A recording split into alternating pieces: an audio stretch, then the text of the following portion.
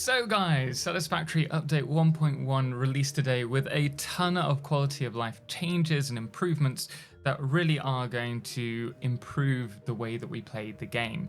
It may take a little bit of getting used to, but to help with that, I've come up with 10 top tips to get you started with Satisfactory 1.1, which maybe the game doesn't tell you, or at least we weren't told prior, and I think you're going to enjoy them. Firstly, though they mentioned vertical nudging has been added, which can be done with the page up and page down keys, did you notice that what wasn't mentioned is that we now have no nudge limit?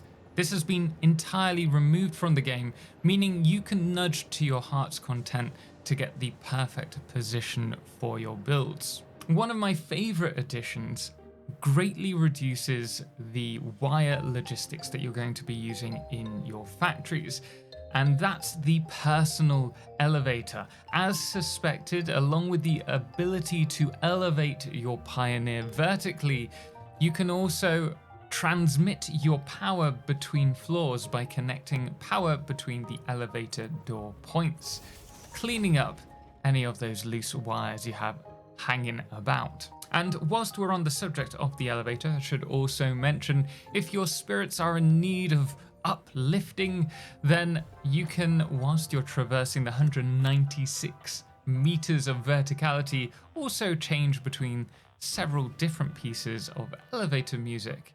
And it even plays, surprisingly or annoyingly, even when the elevator is unpowered. Now, in case you hadn't realized, in the hub you can flush the toilet. This was before 1.1, but nonetheless it's worth talking about. You can flush one item away at a time. That's not a stack, it's a single item. However, we've also been given, thanks to FICSIT, a load more additions to the hub, allowing us to interact with the coffee machine, even if we already have a coffee mug and can't actually use it to refill the coffee, but you can watch it drizzle out. There's also the tap that you can use and the microwave with that lovely little ping. Now, you may have noticed during the teaser video that signs received a new update.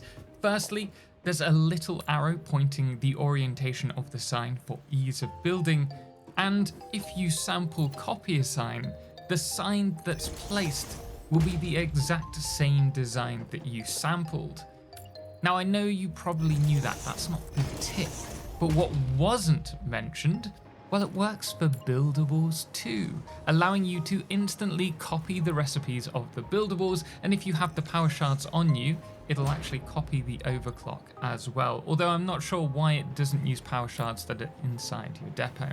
Another thing that was teased in the lead up to 1.1 was the new destruction graphics with the Nobelisk. But did you know, alongside this, chainsaws now physically collapse trees when cutting them down?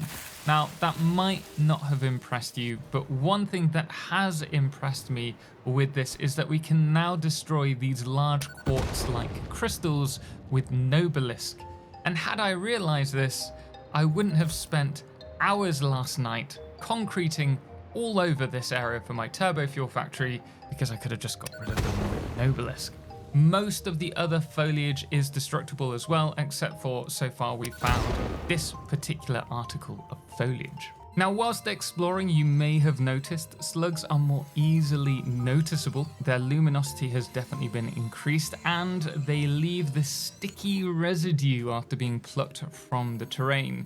They've also been given new updated sounds, and actually we've got quite a few new sounds. Now, a lot of people were asking about where to unlock the vertical splitters and mergers. Well, these are just the normal splitters and mergers. To use them, all you need to do is place them directly onto a conveyor lift. And another issue was unlocking the priority merger that was frequently asked in stream. Well, surprisingly, this is actually found in the quartz mam tree.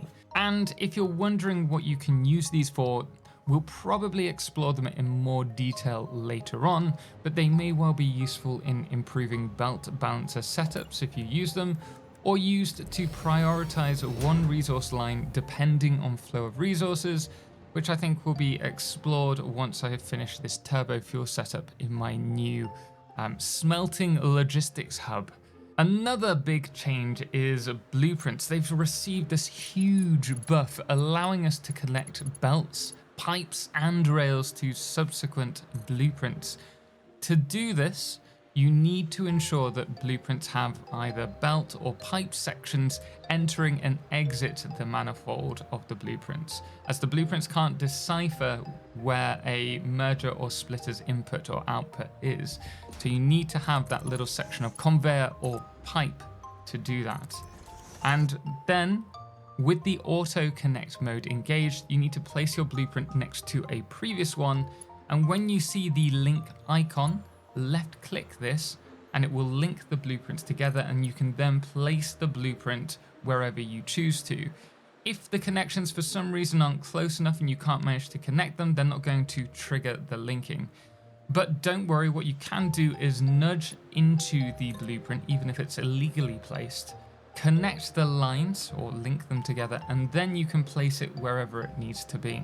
And speaking of blueprints, rails have been greatly improved. Now, it may take a little bit of getting used to, but you can now click a rail on an edge and then click an endpoint, allowing you to place curves for tracks easier. But more importantly, this allows you to place the rails easily inside a blueprint designer. Now, this is huge because we can now link the blueprints together with rails like I suspected. And you can also set up things like railway junctions within a blueprint as well, allowing everyone to easily create now, hopefully, gorgeous rail networks like this, providing you put a little bit of work into the initial set of blueprints. And just a little quick shout out, if you are interested in using dedicated servers, a few of you have mentioned that you're going to be using them for 1.1, then do make sure to check out low.ms. We are partnered with them, and if you use the code Totalxclipse at checkout, you get 20% off your first month, and it will also go to supporting the channel as well. And finally, I would like to say the final tip, which is we can now use hypertube branches to create gates, allowing us to change direction only if we press E. This allows us to create a feasible accelerator design, as we can choose when to release ourselves from the accelerator easily.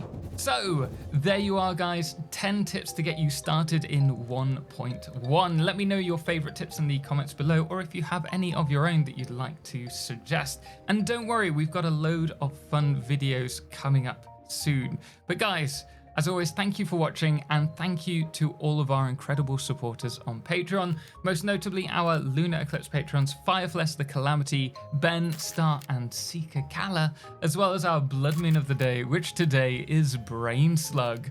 Until next time, as always, ciao for now.